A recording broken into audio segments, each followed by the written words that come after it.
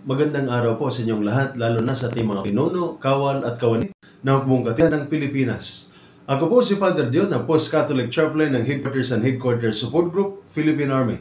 At ito po ang Salita ng Diyos, ang ating gabay. Ngayon po ay Thursday, April 24, 2025, ng unang linggo ng muling pagkabuhay. Nakaramdam ka na ba ng matinding takot? May mga gabi ba na hindi ka makatulog dahil sa iniisip mong problema? May mga panahon ba sa buhay mo na parang gulong-gulo ka at hindi mo na alam kung saan ka lulugar? Kung oo, hindi ka nag-iisa.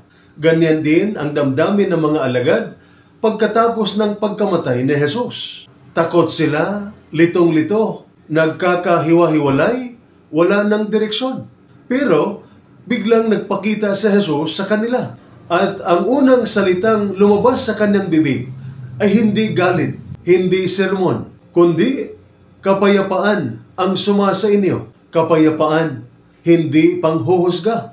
Ipinakita ni Jesus ang kanyang mga sugat, hindi para manakot, hindi upang konsensyahin ang mga alagad, kundi para sabihin, ako ito, ang dating sinaktan, ngunit ngayon muling nabuhay. Hindi ako lumapit para husgahan kayo, kundi para yakapin kayo. Gaano ito kahalaga para sa atin?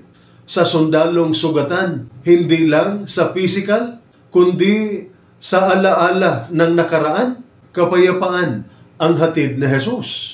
Hindi mo kailangang bitbitin mag-isa ang bigat ng karanasan. Sa pamilyang naiwan, habang si tatay o si nanay ay nasa assignment, kapayapaan ang hatid ni Jesus. Siya ang katiyakan na hindi kayo nag-iisa.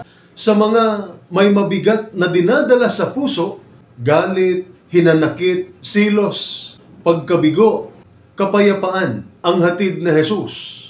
Hindi siya dumating para manumbat, kundi para maghilom. Kaya tingnan natin ang ating sarili. Ano ba ang sugat ko ngayon? Saang bahagi ng buhay ko ako natatakot o nawawala? At handa ba kong tanggapin ang kapayapaan na inaalok ni Jesus? Hindi tayo nilalapitan ni Jesus para husgahan. Lumalapit siya para yakapin tayo, lalo na sa ating pagkawasak. Sa Kanya may bagong simula. Sa Kanya may paghilom. Sa Kanya may kapayapaang hindi kayang ibigay ng mundo.